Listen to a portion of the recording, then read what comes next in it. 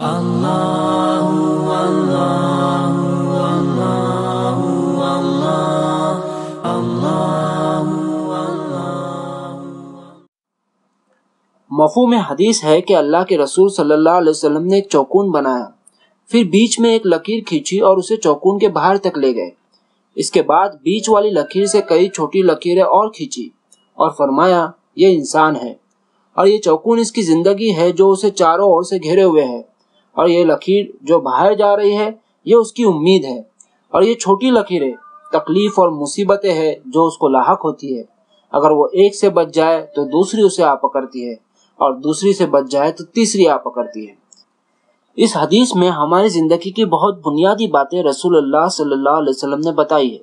पहली ये कि ये दुनिया फानी है, दूसरी ये कि हम जिंदगी से ज्यादा उम्मीदें लगाते हैं, तीसरी ये कि ये दुनिया में मसाइल रहने ही वाले हैं क्योंकि ये जिंदगी एक आजमाइश है और आखिरत की जिंदगी असल है। यहाँ की आजमाइश कुछ ही दिनों की है और वहाँ की जिंदगी हमेशा हमेशा के लिए। अल्लाह